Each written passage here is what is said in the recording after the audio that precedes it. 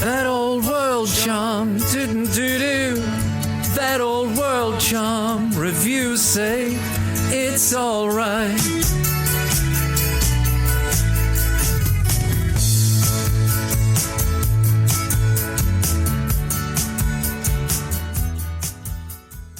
Hello, everybody, and welcome to another episode 4, in fact, of That Old World Charm, or Thok, as I've liked to, cringily described it. I've never done that before, or will I do it again?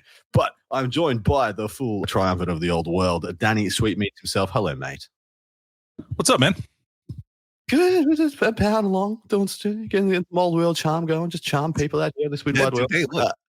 Got to throw that charm, baby. It's it. And Peter, the Falcon, Carlissimo. Hello, brother. How you doing? Oh, hello. How are you? I've always loved the fact that everyone knows there's a green room before a podcast. Everyone knows we chat and talk absolute nonsense before recording this. But yet, when I introduce you, I have to say, how are you doing? In fact, if we have not just spent the last 20 minutes talking about how we are doing. But I'm happy to hear how you're doing. I mean, I'm like, a part of it is that I forgot how you're actually doing because we talked about using the bathroom for 20 minutes. Yeah, we did. Which really threw me off for how I'm going to talk about the old world for another hour. But is what it is, man. That sounds much more like a 40K show. That is generally how I prep for 40K. But. Me too. Yeah. Anyway, we are here to continue our choo-choo train of reviewing sections of this big blue book, and we have the shooting phase up for your eating and auditory pleasure today. This will not be as extensive as the previous one, which was the moving phase, which is absolutely holistic, hellacious, and went on forever. Next week's one is likely to be like that again because the fight phase is quite extensive also. But the shooting phase, nice, clean, crisp. Love to hear it. If you want part 2 of this podcast, because it is 2 parts of this podcast, you can go over to That Old World Charm over on Patreon, sign up there like some 40-odd other fantastic human beings have, and get a full second half of this podcast in addition to being able to influence and ask questions of us over there as well. So if you're interested there, please do. Peter, any updates on what aggregates we are on or where people can find us if they're finding us currently on something that is less optimum for them? I think right now we're everywhere. We're on Apple Podcasts, Google Podcasts, Podbean, Podbanana, iHeart FM Radio. Mm-hmm. Yeah. That's important. Basically everything but the Nazi places because we got no ins. Got no ins there, which I'm glad, but we're too fine human beings to get into there. But everywhere else, I'm sure if you look hard enough, Pornhub.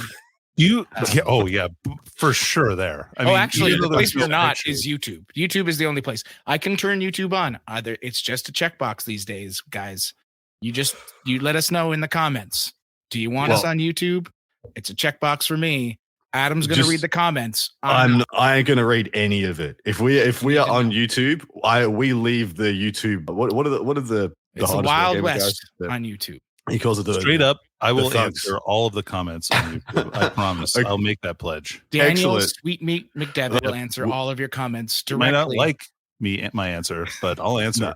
He will service your filth. I'm going to put the check mark in, boys. We just had it confirmed. Check mark will be placed. Here we go. Get strapped in. All right. For those following along at home or people who wish to peruse their big blue book in concert with us, we do hope that this is evergreen content, by the way, that these first 4, 5, 6, 7 episodes of That Old World Charm are things people can come back to months, years from now if they want to, listen to a way and learn how to play the game, whilst going for a jog, whilst they're at school, whilst they're typing or doing something or being less productive than they should be because they're trying to learn how to play the old world. But page 136 is where you want to start with us today. This is the shooting phase. And the shooting phase sequence goes as thus. You choose a unit. You point at them. You're from the side of the table, like, you got bows and arrows and stuffs? And they'll be like, yeah, we do, mate. And then you got to declare where they're going to shoot. And they'll be like, shoot those dudes. And they're like, yeah, fair enough. That sounds like something we can do. And then you roll to hit with whatever they use to hit the stuff and the things. And then you roll to make the wounds and the armor saves. And then you remove casualties and make panic tests. Done. Okay, move on to the fight phase. Let's go. That is the sequence. You choose a unit and declare the target that they're going to shoot at. You roll to hit, roll to wound, make armor saves, remove casualties, make panic tests as required. There's been a lot said about the shooting phase in this edition. Is it better? Is it worse? Naturally, the shooting phases in previous and a lot of other rank and flame games have had either, shooting phases that have represented more of a 40K aesthetic where, you just blow each other off the table and it hasn't been quite what we're looking for. Or you have something like an 8th edition where there's either extremely good shooting, as in like every cannon is a laser beam, or shooting that is just so negligible you've never seen it on the table, for in any way. That seemed to be the two extremes that we've experienced so far. Jumping quickly into some first impressions or some hot takes about shooting and the shooting phase in this edition. Peter, what are your thoughts so far? I think in general it's toned down from previous years. The worst stuff is definitely more anemic, like artillery for the most part does less damage, mainly due to line of sight changes. And also the change to partial hits is a huge thing from 8th to Old World. The rest of shooting is, I would say, about the same, other than, once again, like models fully blocking line of sight really has changed maneuvering on the table. You really need those like extra bonuses like poison or volley fire or other rules to really get anything through. It is still effective. It's just there's even less units that it's effective on. Danny, what about yourself? Yeah, I agree with Peter in that it's reduced. I think line of sight is the biggest reduction, of course, but I also think something that Peter didn't touch on, I think, is the change to how cover works. And cover is way more penalizing than it was before. And it's easier to get. You just have to be like partially blocked by another unit and you can get like light cover. So that's another -1 to hit. And often you're going to be getting that. So like, that just giving everything in the game effectively -1 to hit most of the time, unless you have the awesome ignores cover rule, which is really good because of this. Like that's a huge downgrade, especially in small arms fire. Yeah, totally agree. I do think there's a lot more agency for the person facing the firepower than there ever has been before in any other rank and flank game. I don't think there's been quite as much agency as there is in this one. As in, like, if I'm playing against dwarves and they've brought 9 war machines, I can do a lot more things from my side of the table to make their shooting worse. When it felt like there was really nothing. Like I used to play dwarves in some editions of the games. Like, sick, I've got 2 turns of getting my army picked up, and then I charge your stubborn, 10 rerollable, unkillable brick, and the game's over. Sweet, that was a good time, I think. But now there is a lot more you can do. You can screen your own units, you can block your line of sight from their bits and pieces, and you can really make things hard work for them. So I think that is only a good place. And I still think it's quite a powerful phase. Do you guys think it's worth investing in? Like, it is something that some armies, or that most armies, should have a little bit of? We're getting a little bit into a patron question, which will be in part 2. We'll unpack more extensively. But just off the cuff, Peter, do you think people must have shooting? I think must is strong. I think it's going to be how you're building your army. There are some factions where you definitely should. Wood elves, lizardmen, and dwarves. You 100% want to go into chaos dwarves as well. But then there's a lot of armies, like even Empire doesn't technically need to go into it. You feel like you always want your 2 cannons, but they've got some lists options that don't require them at all. Like there's a handful of factions that, yes, you should invest. And then the rest, I think it's kind of like, what are you trying to accomplish with your build? Totally fair. Danny, about yourself. All right. So full disclosure, I am very much a combined arms like style player almost in every game I play pretty much. Yep. So I like to have a little bit of everything in my list. I find just having a little bit of spot shooting to remove like chaff and help you to win that particular like war is really important, because once you remove like their ability to respond to your like little units, you control the whole game. So like you really can force your opponent on the back foot by making sure that you control which units fight when and where. 100% agree. All right, let's go into how shooting works. So first step, choosing units and declare targets. Active player chooses 1 unit of their army that is able to shoot. Cool. Like I just said, it completes the shooting phase sequence for that unit in its totality. This process is repeated until anything that can shoot has shot. Who can shoot? Not all units are able to shoot. Only units equipped with missile weapons, including war machines, or that can cast certain types of spells, such as magic missiles, can shoot. A unit cannot shoot if it charged or made a march during the preceding movement phase. It is engaged in combat. It is fleeing. Those are the 3 dot points. Are there any things that override this, like the skirmishes mean you can, march and shoot some weapons or anything like that? Is there any other caveats we should point out here that people should come up against? Yeah, so move and fire is a rule that does allow you to march and shoot. It's a special rule. For that, also, there's rules like feigned flight and fire and flee. Fire and flee is the one that lets you like declare a flee reaction and then shoot before you do. Those are kind of the two off the top of my head. Isn't there? I'm trying to think. You can't really shoot in combat anymore because pistols are like just weapons in combat. They're just hand weapons, basically. Yeah. Fair enough. Danny, tell us how line of sight works in the shooting phase. Or checking for line of sight, rather. Danny's dead. And Danny has, in fact, died. Peter, would you like to do that? Sure. So in order to shoot something, the book says a model must be able to draw a line of sight to it, as described on page 103. Often not every model in a unit will be able to draw a line of sight to the target. Therefore, when shooting, you must determine line of sight for each and every model in the front rank. Normally, only models in the front rank can shoot. There are special rules that can allow more than one rank to shoot, like the volley fire rule, or if you're on top of a hill. Or if you're just closer to the middle of the hill than the guys that are also on the hill with you, those can also give you an extra rank to shoot. So the other thing about line of sight, the way I try to explain line of sight to people, because it can get a little confusing in that it's in multiple places.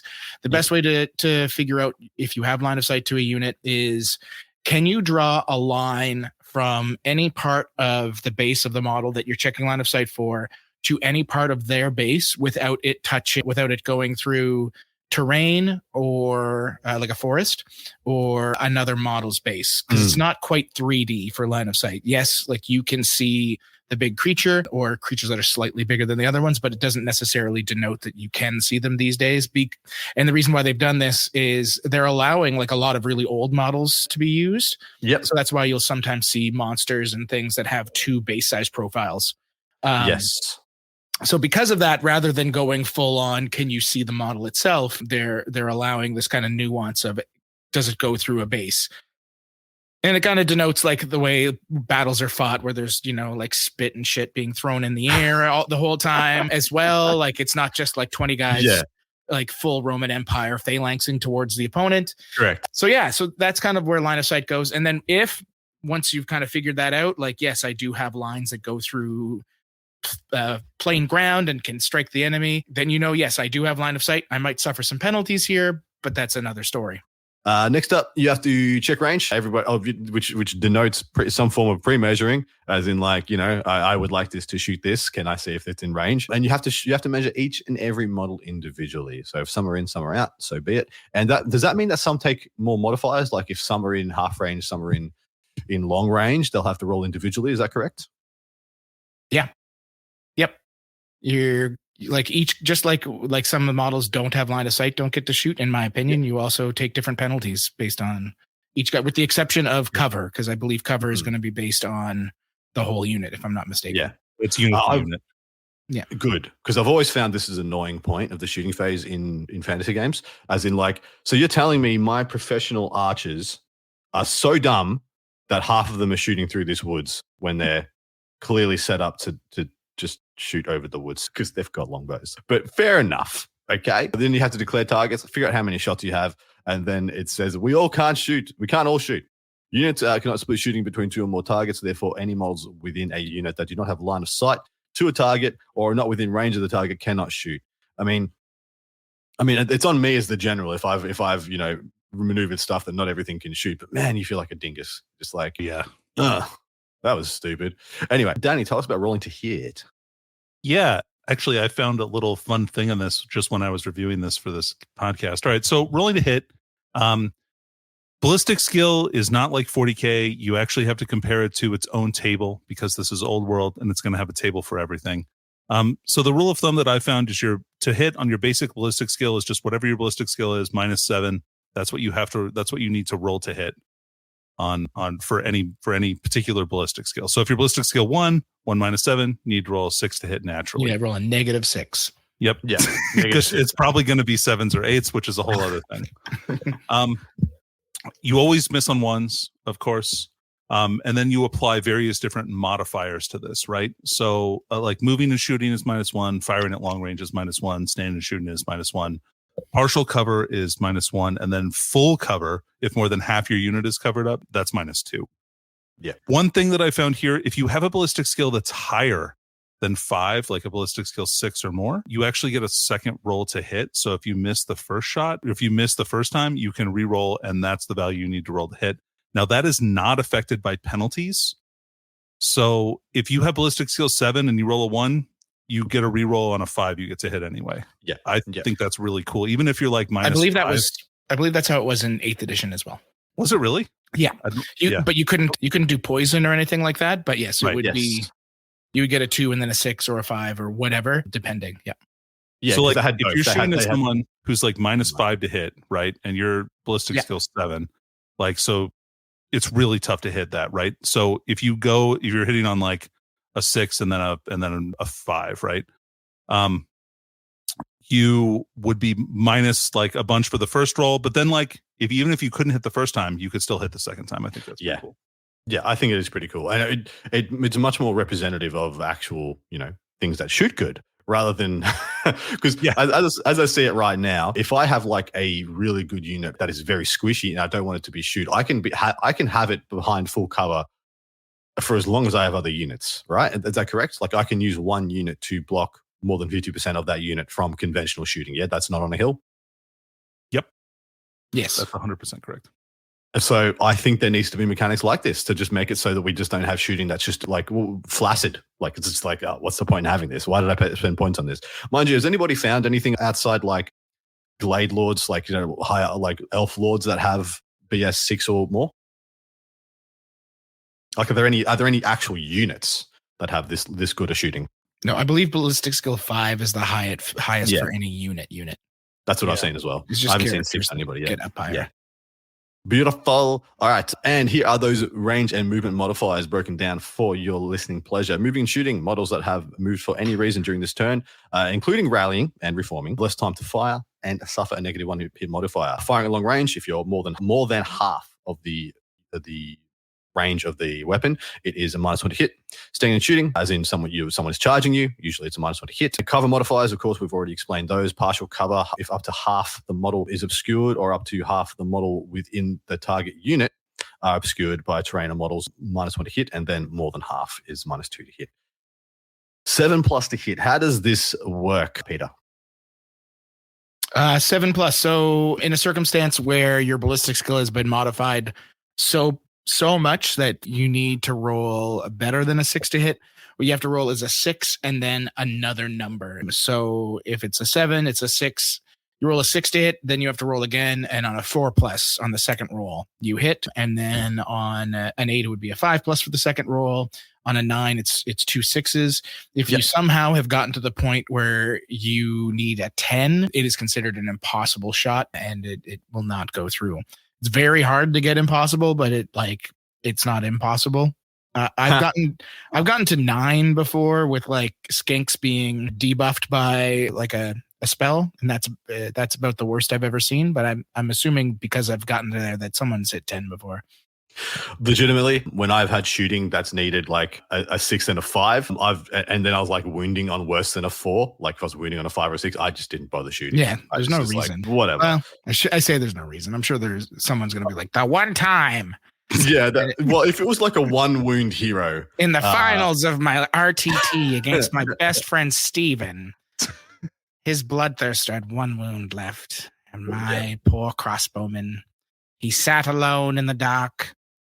He lined up his shot. I needed a 6 followed by a 5 followed by a 6. And it happened. And I've never forgotten that day. And he made his 2 up. And then he made his 2 up and the game was over. But you know what? Such is life. Danny, tell us about you love charts, don't you? Tell us you always miss every shot you don't catch or something. One thing I just noticed, and maybe you guys noticed this before, but I just noticed this. So remember how we were all lamenting Swift Reform not being the thing? Like, you can still reform and shoot, which has not been a thing traditionally. That was usually only by a Swift Reform. So I was really excited about that. I just learned that fact.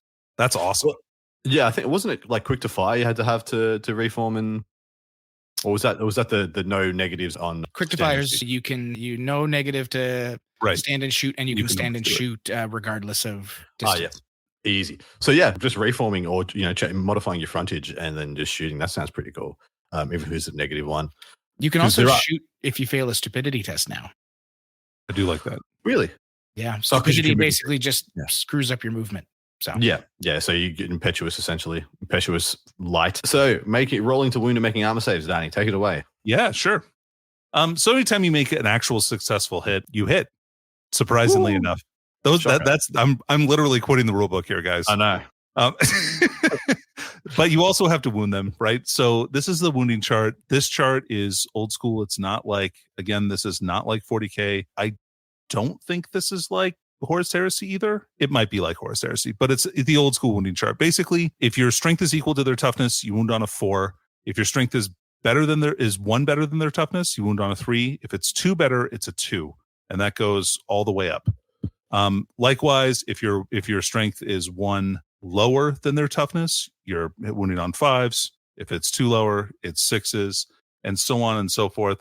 You only become impossible to wound once the strength is 6 less than the toughness. So toughness 7 is immune to strength 1.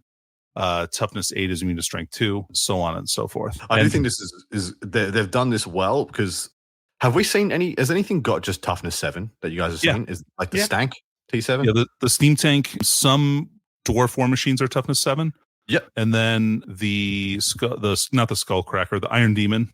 I guess it's Skullcracker too. From Chaos Dwarves, it's also toughness 7 naturally. That makes sense. Yeah. So what were you going to say? Oh, you just can't wound on you. A 1 always fails. That was all I was going to. Beautiful. Yeah, 1 always fails. Lovely. Love your work, Danny. Nice. Another nice chart. Well, you're going to get all the chart jobs now. Perfect. It's got a chart. It's going to Danny. because I do voices with the charts. And See, exactly. There's We're no starting to flavor get- text in the charts. Those should be ideal for Peter, but instead he'll just make up his own story. Yeah, every time, boys. We're starting to build tropes into the show. So hopefully you are enjoying them and all loathing them. Also, making folks, armor saves. sorry, I Yeah. do want to correct something. I think earlier I did mention I believed cover was unit to unit. It's not. It specifically calls it out in cover modifiers that it's model to model. So yeah, live that life. Live it. Making armor saves.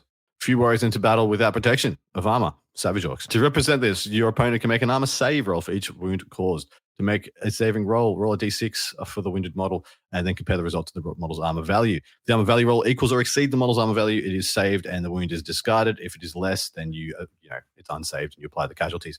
Rolls of a national 1, even the heaviest armor and finely crafted armor have gaps in it. Making an armor save of any type, a roll of 1 always fails, regardless of modifiers.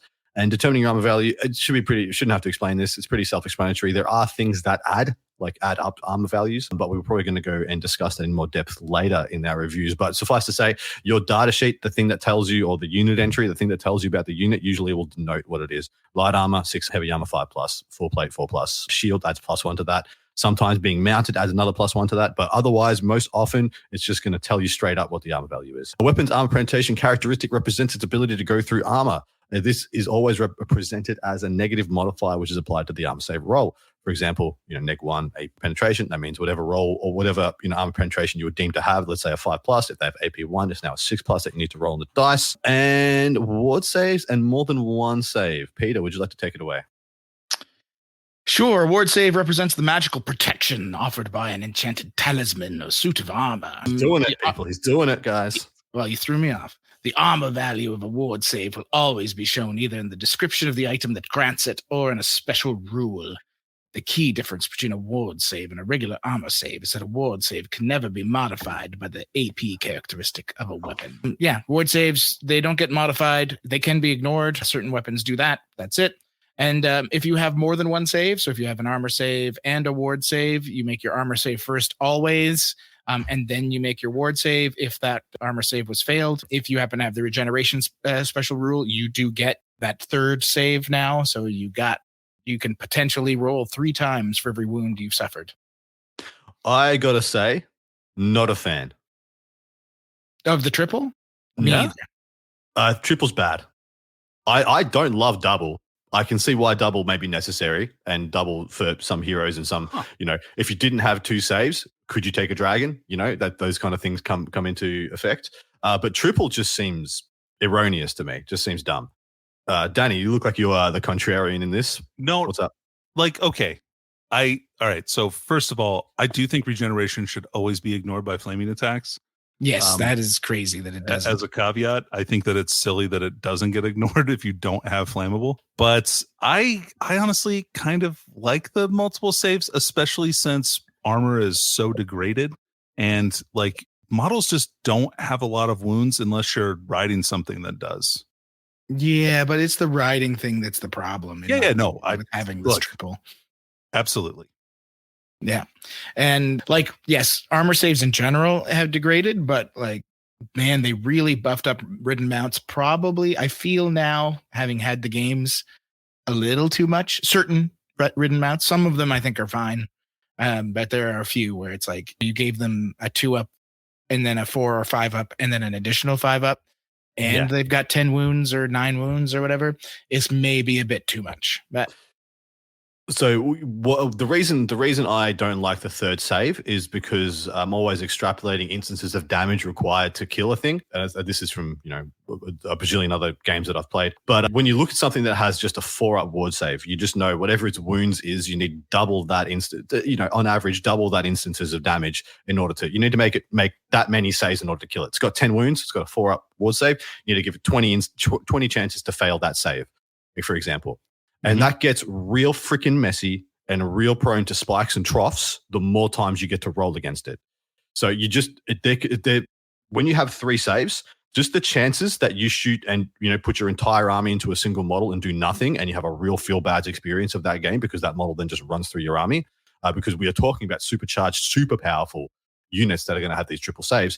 It just opens the chance for somebody to just be like, why did I play this game? Because this guy just has a dumb amount of saves that made every decision I made pointless, and I should have stayed at home. And that's what I don't want to have happen. I want the opposite of that. I want people to be like, cool, this is great. We had a great game where everything I did mattered, and I felt like I had agency, win or loss. And that's why I always feel like we get to a danger point, especially even with 2 saves. Remember the 2-up rerollable into a 4-up?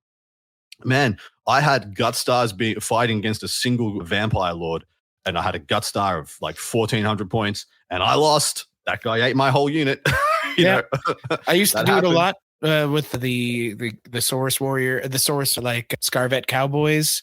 You get them with the Old Blood Cowboy with a 2-up armor, rerollable, 4-up ward. It's like a 140 point unit that would charge, 400 and 500 point units and get a flank and just stand there for the whole game, or or somehow win combat by 1 and run them down. Like it definitely happened a couple times, and it was.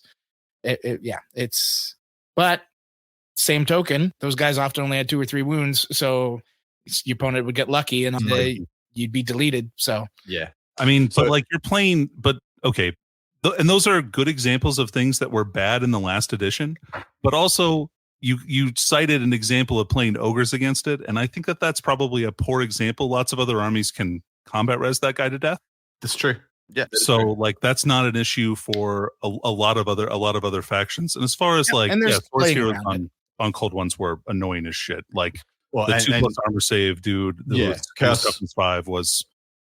Chaos Warriors used to do exactly the same thing a lot of the time. Also because he was cheap. Like it wasn't just because he was tough. It was because he was also not that expensive. Yeah. And I do worry we'll find someone will crack a min-maxed code of here's the guy with the 2-up, 4-up, 5-up somehow. I don't know whether the 4-ups are a lot harder to come by, but 2-up, 4-up, 5-up is probably out there in somebody's book, and they're going to find the cheapest way to get that into the table. And if they get it, 2 times. You can do it in. You can do it. Don't tell the people. Don't tell them. Shush.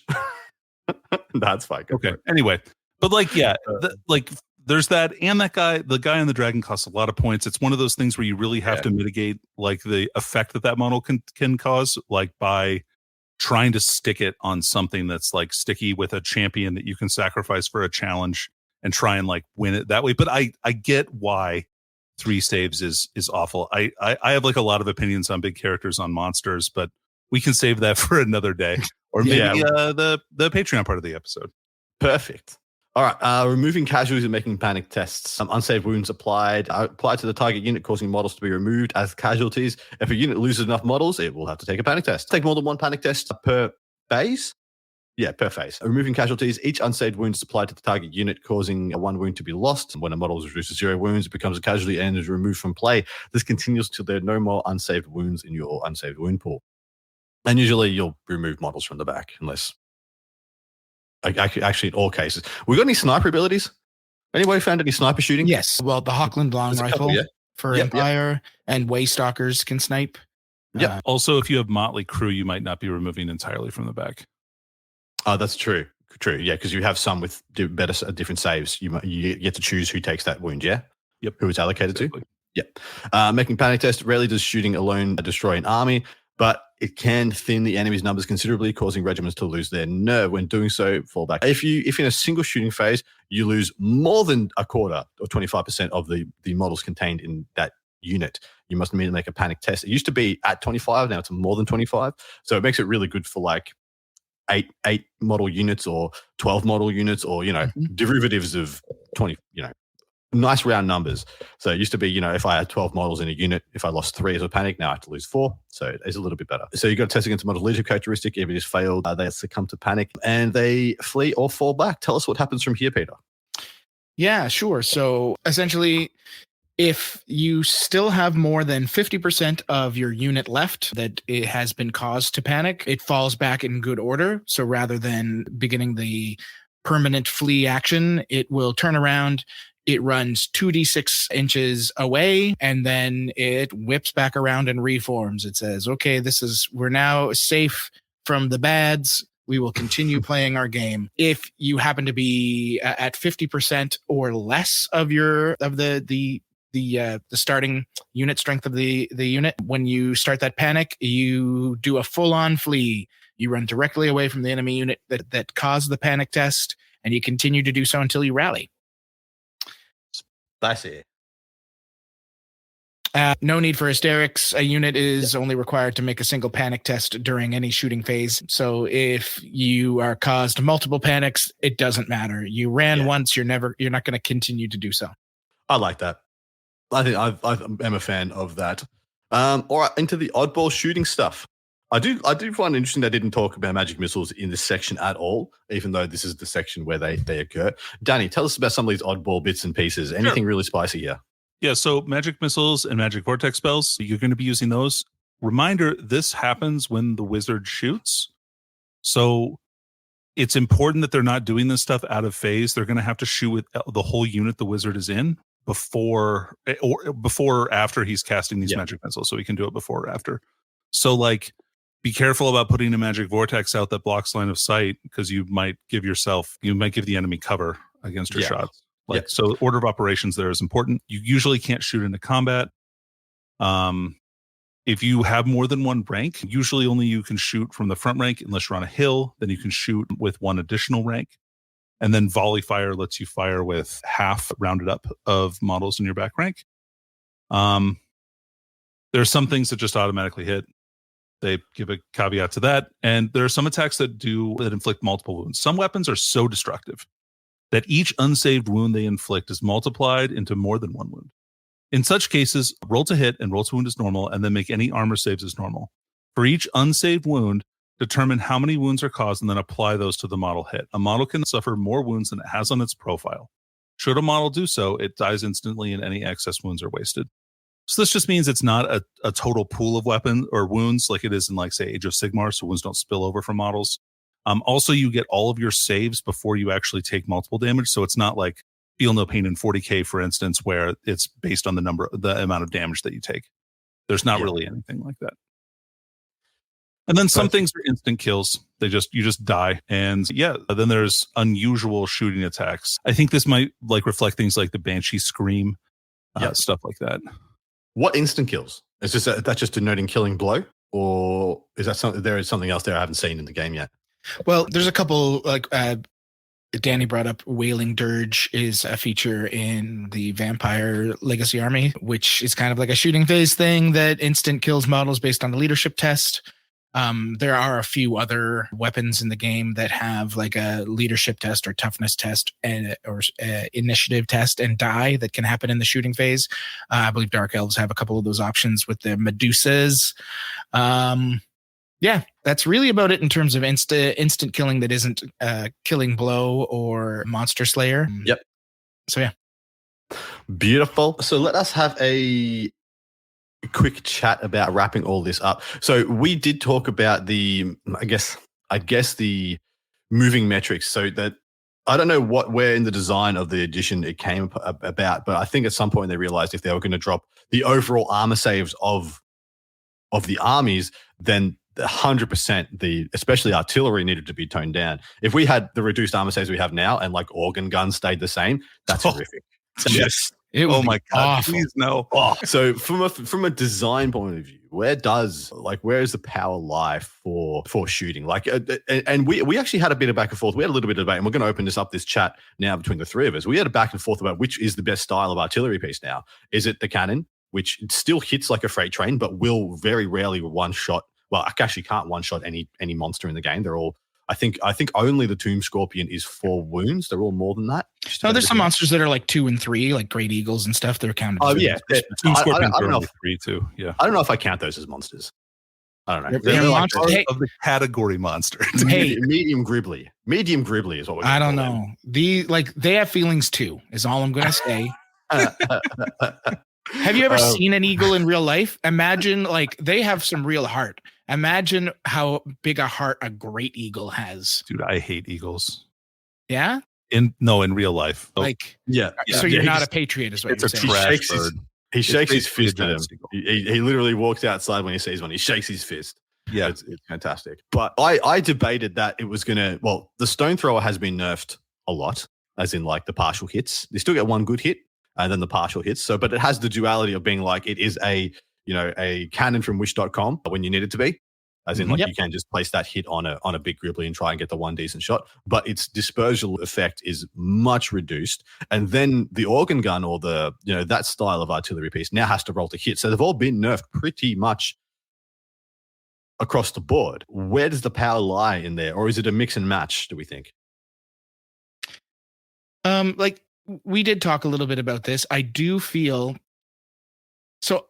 A big thing here is going to be, what are your tables going to be looking like? What are TOs going to do for events? The book recommends 6 pieces of terrain for a 2,000 point combat. And if we play it smart and we do put 2 forests on every table at the very least, and maybe a hill or 2, then yes, a lot cannons and stuff are still much less viable than they were before.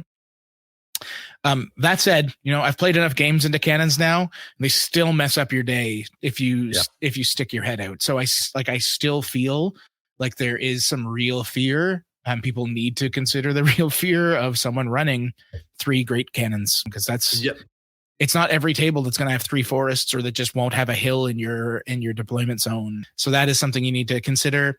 I do think there are a couple stone throwers that are just as good, like the Bretonnia Trebuchet. I would take that every day of the week over the Border Princess Cannon. Even though the Border Princess Cannon is cool, I think I would always take the Trebuchet over it as an example, because it's strength 10. It's still D3 plus 1 wounds in the center.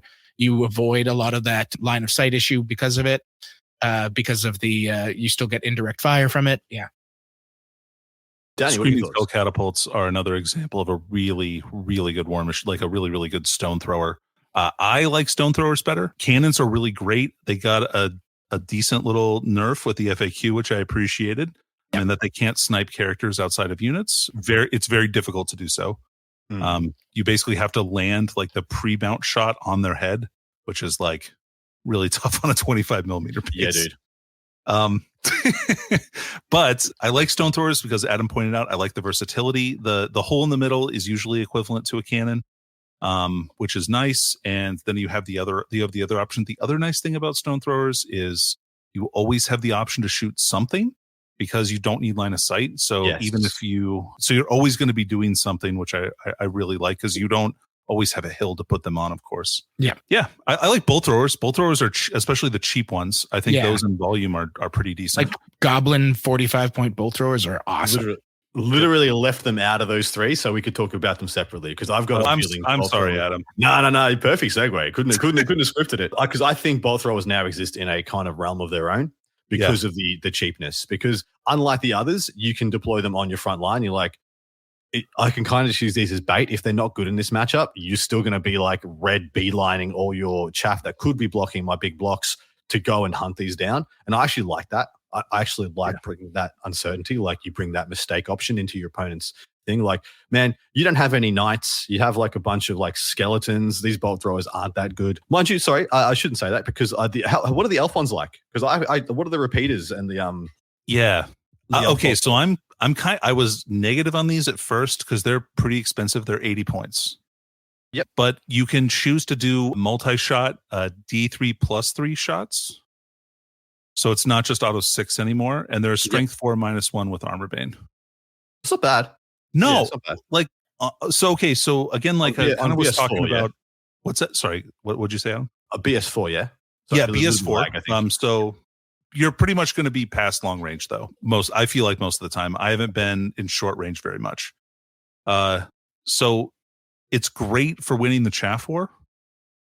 Like it's really good for picking up fast cavalry or like little monsters, that kind of stuff, or even just cavalry units that are just 5 guys. Like there's a good chance you can pop one. And then if you need to shoot into a unit, you're probably not going to do much damage. You might kill 1 or 2 guys. But that could be an important rank bonus that you're getting rid of or something like that, especially if you're not playing against undead.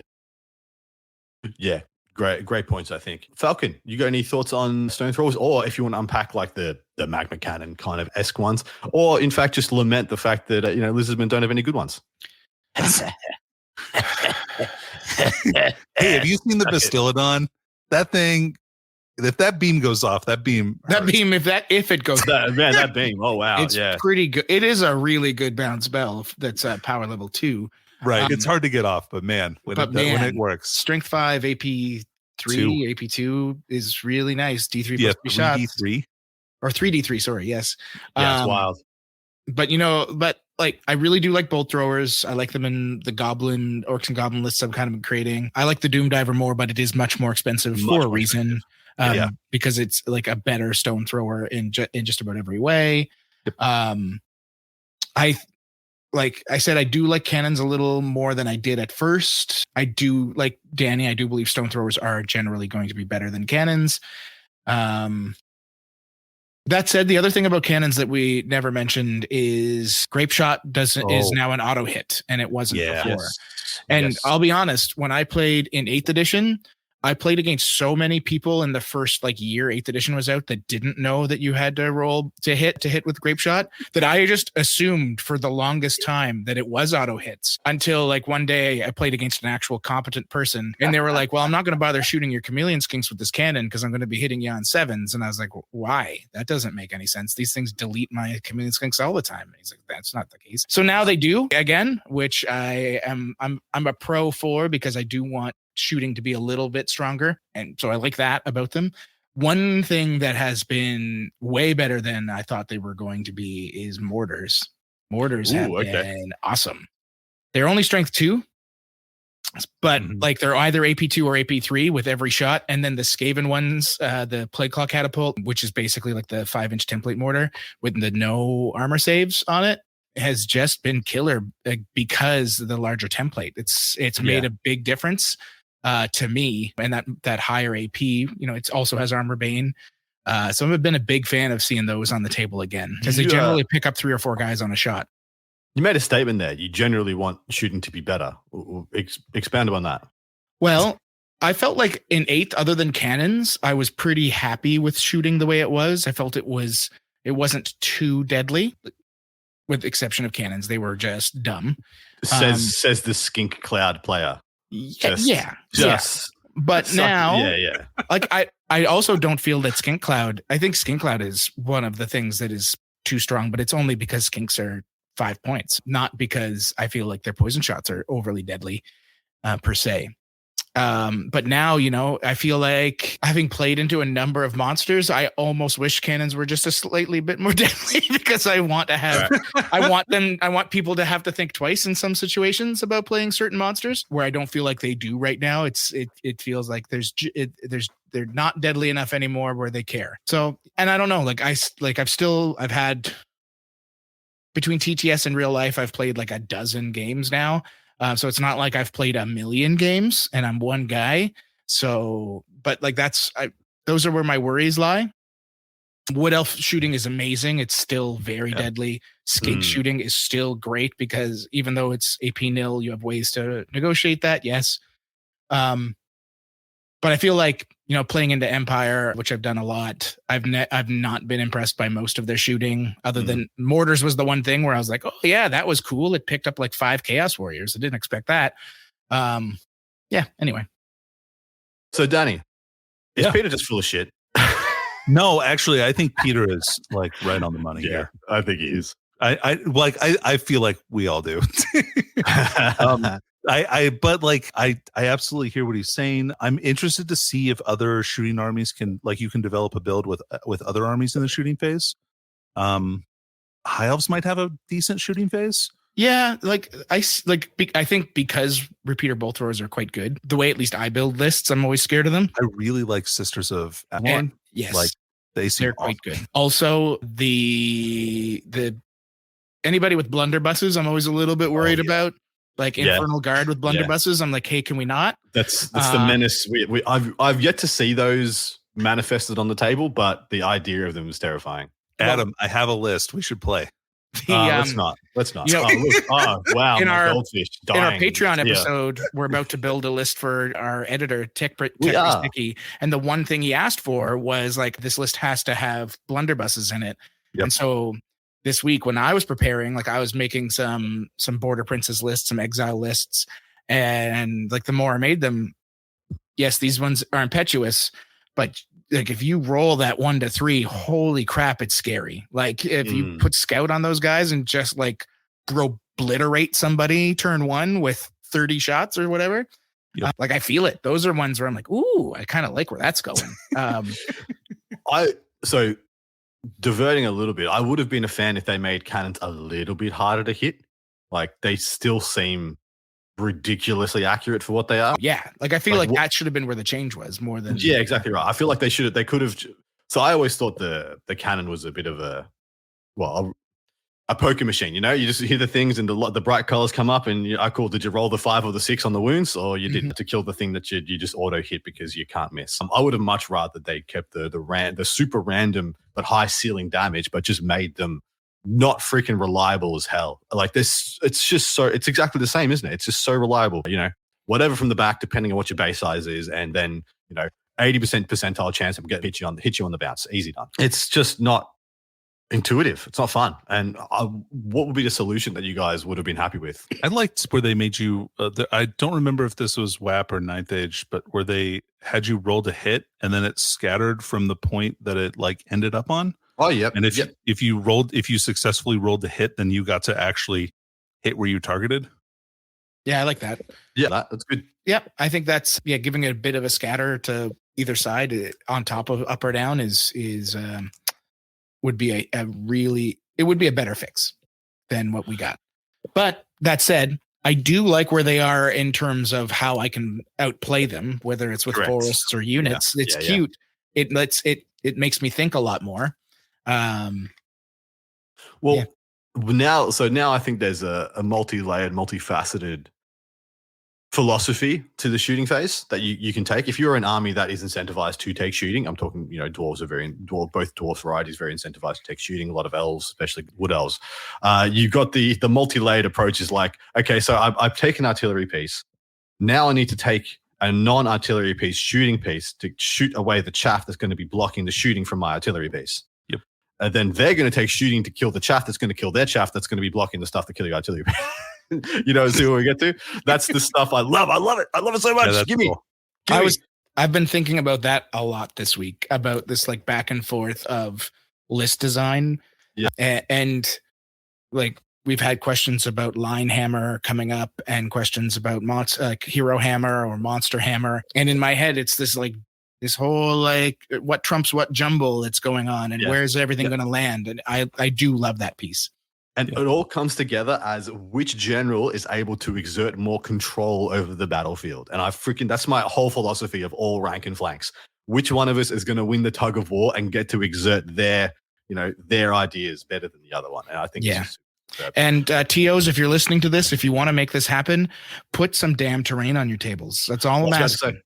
That's all I'm asking. Let us throw out some ideas for people. So you said there should be 2 forests on every table, or is that too much, too little? I feel like 2 forests is great. I also like 1 to 2 hills, and then 2 to 3 other things, whether it's low linear obstacles because they're cool and I do enjoy them, or buildings. Stay tuned for our EP launch. Low linear obstacles. First EP. To be honest, if you're using low linear obstacles, I think those are almost free pieces of terrain. If you want to add 1 or 2 on top of your quote unquote 6 per table, I feel like having 2 barricades or fences. Yeah, or like a house with 1, right? Yeah. Like I think that adds, it looks cool. It does add some extra, back and forth. The one thing I always hated about TOing Warhammer Fantasy Battle events was the amount of people that just wanted a bowling ball. And would do everything in their power to make it that way. It drives me crazy. I could talk for hours about it. But anyway, like we need that. We need 2 forests or buildings, something that blocks line of fire on the table. I would say at a minimum. I would love if you put a hill or 2 and they don't have to be in deployment zones. I actually prefer if they're not, make people work for it. Agreed. Or if they're half in the deployment zone so that they don't have to be close to your opponent. Sure. They have to be gettable by your opponent if they want to use the hill. I like that. Yeah, like stuff like that. I think you can work out some real cool stuff that way. And low linear obstacles, throw a couple of them on the table. Like just don't go crazy, obviously, but they take up nil space. They're cheap as hell to make. You can just like take a goddamn Amazon box and cut it into 18 pieces and then spray paint it black and you're done. If you really wanted to go that route, you've done it. You're still talking about our debut album, right? Yeah, our new debut album, Amazon. Get it in an Amazon box. 18 pieces. Buy 18 pieces of it. It literally weighs about nothing. It took nothing to make. Yeah. Live your best life. Perfect. Anyway, on that just nonsense, we are going to wrap up this episode. Hopefully you guys have enjoyed this dissection and review of the shooting phase. We're going to go over part 2, answer some patron questions, build a list for Dickie, a tech priest who's hopefully going to be joining us, although we've been poking him everywhere. And if he's listening to this, editing this episode right now, and he didn't rock up for part 2, for shame. Flick the back of your finger at him, guys. For shame. He was so excited. He challenged me for a game tomorrow with this list that we're going to make for him. Bold. Which is bold because I just made a great Lizardman list designed to kill Bretonians. So it's fair. But anyway, we love Dickie. Dickie's a great man. He's our editor. We need to keep him happy, or else he's going to make us all look like fools. And we also love Steve Joll. Thank you for the new theme song, Steve. No kidding. Yes. If you are enjoying the enormous body of work Steve Joll has done on our intros and outros, because he just out of nowhere. Okay, so we arranged to have like 2 or 3 done by him, and then 1 outro, and then he just was just like, "Can I do some more?" And we're like, "Yes, Steve, you can definitely do some more." And he just sent us like 3 so more. many. He sent us like 3 more, so He's you can enjoy. Album. Yeah, we're going to get a little bit of a rotation going here, where we rotate through the ones that, just all the different ones. And he will have a full album. Yeah. And lastly, big thanks to goonhammer.com for, hosting us the way they have and for just being cool dudes. Please, before we tune out, what other old world content have we absorbed in the last week, gents? Danny, what have you listened to? I've been watching some battle reports online, which has been okay. I'd say a mixed hit or miss reaction. Yep. I'm hoping feel free to throw out and plug the names, by the way. Sorry if I'm interrupting. Oh yeah, no, I don't want to. I mean, there's Mountain Miniatures, there's SN Battle Reports. Both those have really pretty armies. I like watching that part, I suppose. And then some content reviews and stuff like that. I was watching the new Squarebase thing, and that was excellent as usual. Yeah, really, really high quality stuff out of Squarebase. Yeah, for sure. Always will listen to my bros there. I watched a couple of the really non-old world guys dig in, which was an experience, getting to see Hellstorm Mikey do some old world stuff, and Scary. Not to say that they haven't played before. I got to TO an event with Scary in it with his Tomb Kings, so I know he has a love for the game. Yeah, that's kind of the extent of where I've gone. And I got to watch a Grim After Dark the other day, where this guy went and did some old world reviews, which I thought was very cool. Didn't agree with anything he said, but it was very well produced. It was. Someone stuck it together with glue, hopes, and dreams, and it came out okay. But that guy, man, what an asshole! Doesn't know shit. Anyway, I listened to literally all the stuff you guys listened to. I literally was just sitting on the couch watching one of the Mountain Miniatures live ones. Luca beating up on Steve. Orcs and Goblins versus Dwarves, I thought was pretty cute. Of course, I never go a week without my square-based. Love both those boys. And yeah, that and the Dwellers have become like my rotation. Like I watch a couple of battle reports. I listen to square-based while I go for a jog or the gym.